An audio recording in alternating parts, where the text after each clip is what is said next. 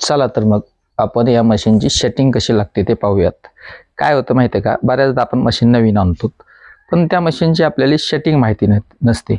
मग सेटिंग माहिती नसल्यामुळं काय होतं की आपण नवीन मशीन आणतो, ऑइल ग्रीस करतो, पण सेटिंगच्या अभावी मशीन आपण खराब आहे म्हणतो किंवा मशीन चुई मारते म्हणतो. पण दोष हा मशीनचा नसतो, तर त्याच्यामध्ये जे झालेले टेक्निकल इश्यू आहेत, म्हणजे त्याची सेटिंग असेल, ब्लेडची सेटिंग असेल, ह्या ज्या गोष्टी बारीक सारीक आहेत याच्यावर आपण लक्ष देणं गरजेचं आहे. ठीक आहे, एक वेळेस दुकानदारानं मशीन दिली तुम्हाला किंवा ते सेटिंग लावून दिली तर ते तशी सेटिंग राहील का?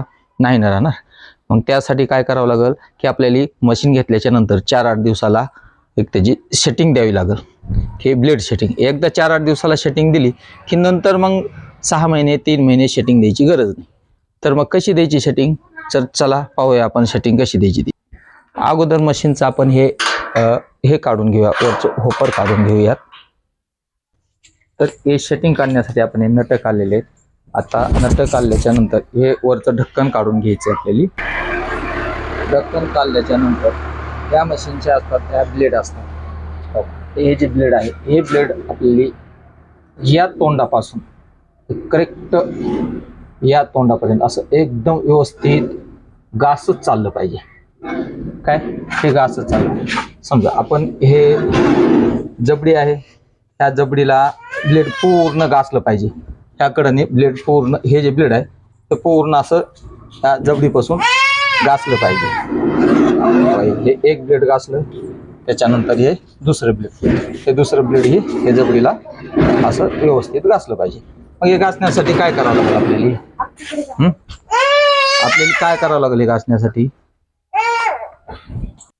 मग याला काय करावं लागेल आपल्याला, एक या ब्लेडचे आपण 4 हिस्से घ्यायचे. कसे? हे 2 नट आहेत, बरोबर आहेत.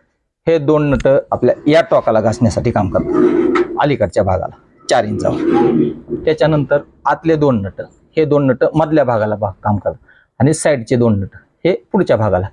तर मग समजा ब्लेड आपली या ठिकाणी चिटकत नसेल या ठिकाणी, तर आपण हे 2 नट ॲडजस्ट करून घ्यायची. समजा आपले हे मधातल्या सेंटरच्या भागाला चिटकत नसतील तर हे आतले 2 नट सेट करून घ्यायची आणि या कडच्या भागाला चिटकत नसत तर हे वरचे 2 नट सेट करून घ्यायची. म्हणजे जेणेकरून ही ब्लेड एकदम व्यवस्थित घासली पाहिजे. आणि व्यवस्थित ब्लेड जर घासत असेल तर चारा आपल्या कैचीसारखा व्यवस्थित सॉफ्टपणे कट होऊ शकतो. तर एवढंच झालं. याच्यानंतर आपण मशीन नवीन घेतल्याच्या नंतर या ठिकाणी ऑइल सोडणं गरजेचं आहे. हा चारा पेंडी ओढत नसेल तर इथं आपण दाब द्यायचा. ह्या 2 नटांनी दाब दिल्याच्या नंतर चाऱ्याचं वाढण्याची कॅपॅसिटी मशीनची व्यवस्थित राहते. आणि हे आत रोल आहेत, या ठिकाणी ग्रीस ऑइल टाकणे आहे. या ठिकाणी आपण नवीन मशीनला ग्रीस ऑइल मिक्स करून याला लावणे आणि एवढंच बघायचं, बाकी काही बघायचं नाही. तर ह्या तुमच्या मशीनला एवढं केल्याच्या नंतर एकदम 0 म्हणजे 0 मेंटेनन्स आहे. कसलंच मेंटेनन्स निघणार नाही. बस एवढं करा, तुमचं मशीन चुई मारणार नाही, तुमचं मशीन मेंटेनन्स घेणार नाही.